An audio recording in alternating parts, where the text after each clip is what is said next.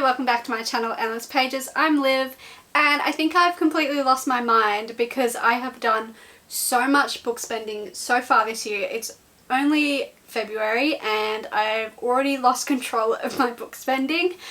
So today's video is going to be a book haul, and I'm going to talk to you about the 13 books that I've got recently. First up, I got the Death Note manga.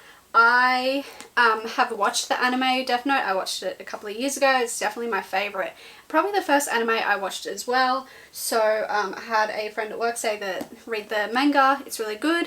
And so I picked up the Black Spine edition. So these editions have 2 volumes in one, and they seem to be near impossible to find in Australia. So I'm really struggling to get the next volume. So this edition has volume 1 and 2 in it. Basically the plot is we follow a young school student called Light, and Light is leaving school one day and he finds this little notebook on the floor and it's called the Death Note, and anyone's name who is written in the Death Note, so as long as you are picturing their face and know what they look like, dies. So Light kind of goes a little bit crazy and takes justice into his own hands and starts ridding the world of criminals and people he thinks deserve to not be on the planet.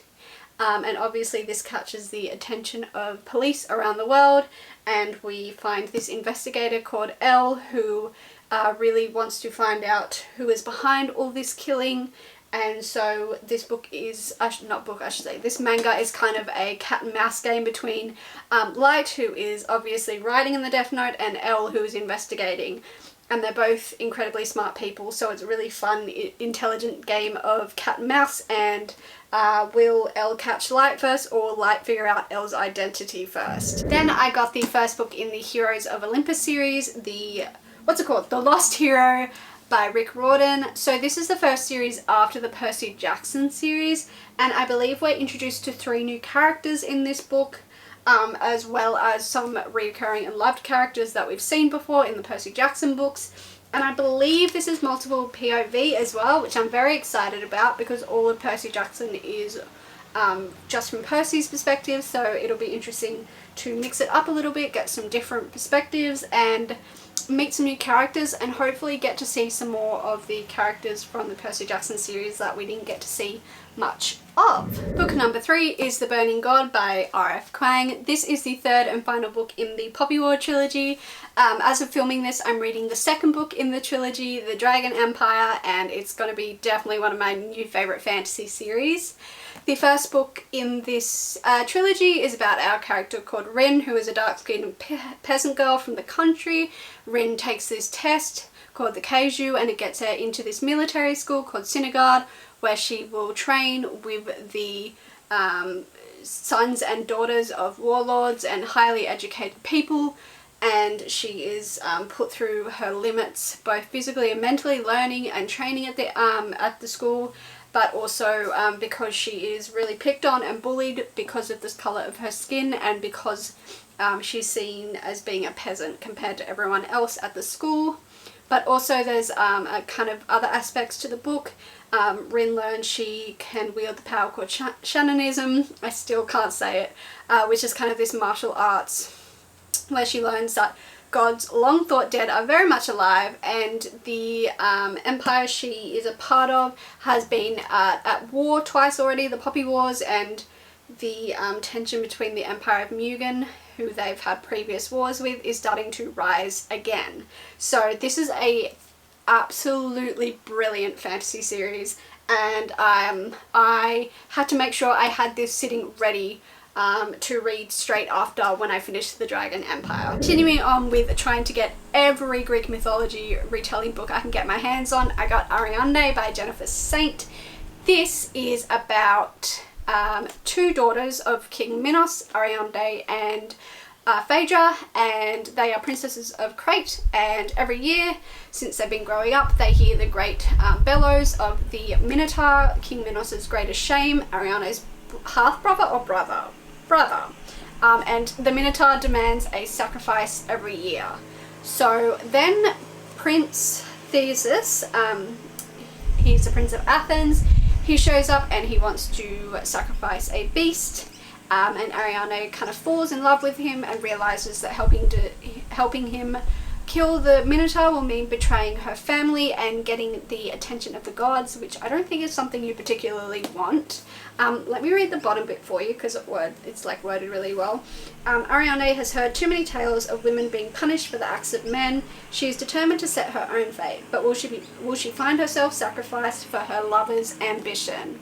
I know this is super loved and I'm excited to have my hands on it so I can just bask in all of the glory of Greek mythology retellings.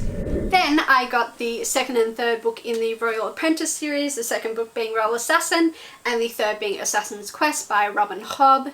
So the first book, Assassin's Apprentice, is about a boy called Fitz, and Fitz is the royal bastard of the king in waiting in this empire called the Six Duchies. And Fitz is treated like a bastard. He kind of grows up with living with the animals and is not treated very well because he's a bastard, and then one day the royal family kind of want to make use of him and train him to be an apprentice. So I really loved the first book, so I will definitely be finishing the trilogy and then reading everything Robin Hobb has ever written. This next book I know like nothing about. I tried to find what genre it was on Goodreads and it said it was both sci-fi and fantasy.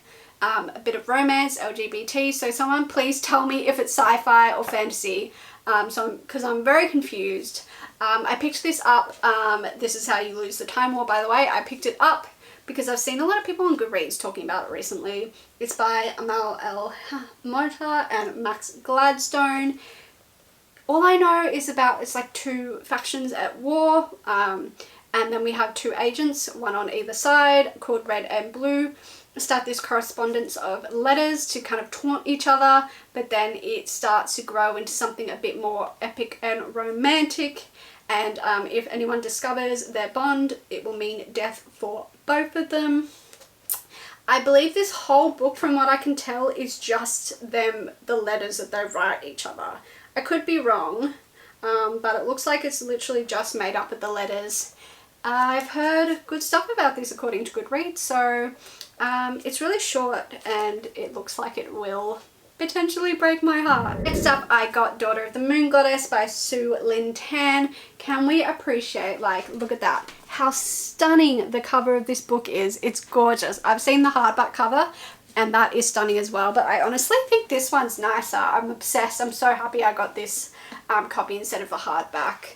So I don't know much about this book. I feel like that's the theme of this book haul. I don't know, I just bought it because I saw other people reading it. So I'm just going to read the blurb, so apologies. So our main character is raised on the moon and was unaware she's being hidden from the celestial emperor who exiled her mother for stealing the elixir of immortality. But when her magic flares and her existence is discovered, she is forced to flee her home and leaves her mother behind. So she makes her way to the Celestial Kingdom alone and powerless, and this kingdom is a land of wonder and secrets. She's in disguise and she trains alongside the Emperor's son, mastering archery and magic, despite the passions which flames between them. So she needs to rescue her mother, so she embarks on a quest confronting legendary creatures and vicious enemies. But when forbidden magic threatens a kingdom, she must challenge the ruthless emperor, leaving her torn between loving all she loves or plunging the realm into chaos. So this is apparently inspired by the legend of Chang'e, the moon goddess, and it weaves Chinese mythology into a sweeping adventure of love and family, immortals and magic. This sounds amazing. Continuing on with buying and reading more adult fantasy, I got The Bone Ships by R.J. Barker. This is the first book in the Tied Child trilogy. That is like a tongue twister to say. So this is about two nations who are at war, and both nations hundreds of generations ago would build their ships using the bones of ancient dragons. And then for the first time, a dragon is spotted again for the first time in generations. And both nations start this race to be the first to find these dragons again, because they see these dragons as an opportunity to finally win the war and kind of shift power over to their nation. Then I got The Rune of Kings by Jen Lyons. This is an adult fantasy book that I've seen floating around recently and I know a lot of people love it, so I wanted to check it out for myself.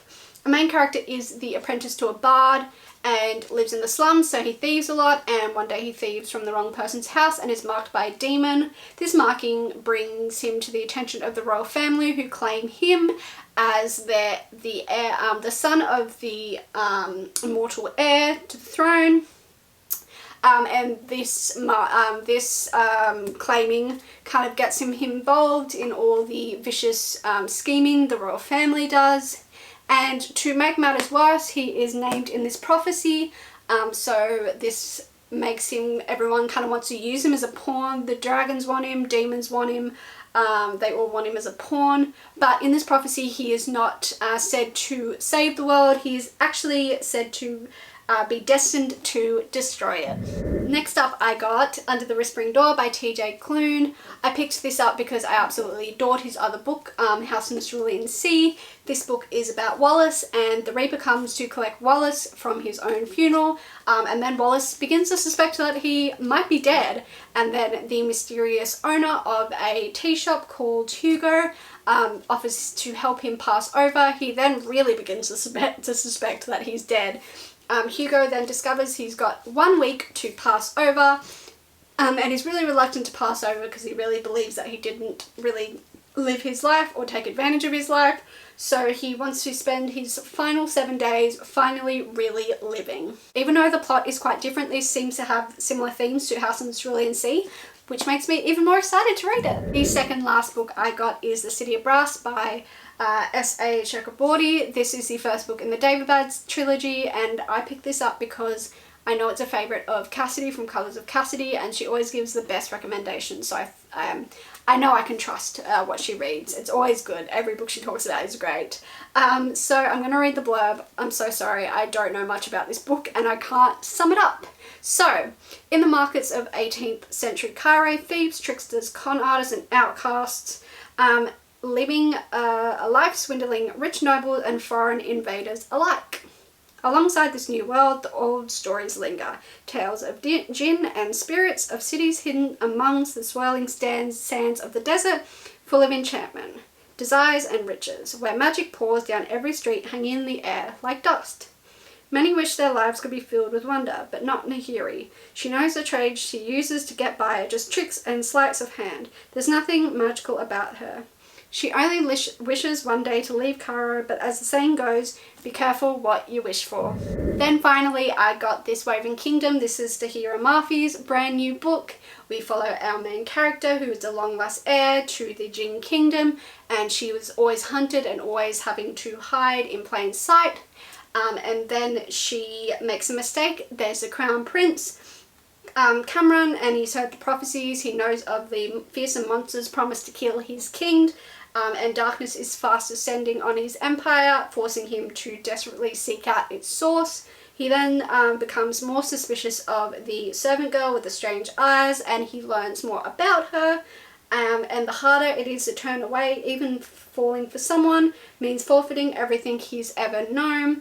It's a story of clashing empires, forbidden romance, and a long-lost forgotten queen who must claw her way through darkness to reclaim her throne, rebuild her kingdom, and save her people from the half-lives they've been forced to live. So that's my crazy haul. Someone, for the love of God, stop me. I am out of control at the moment. It's not even funny. I have so many more books on the way, so I'll definitely be doing another book haul soon, even though I really shouldn't be. Let me know down in the comments, what books have you purchased at the start of this year, and what have you read any of the books that I've talked about? Let me know your opinions, because I know quite a few of them are very popular books. As always, you can find all my links in the description. I'd love to chat with you on social media, so give me a follow there, and I'll see you in the next video. Bye!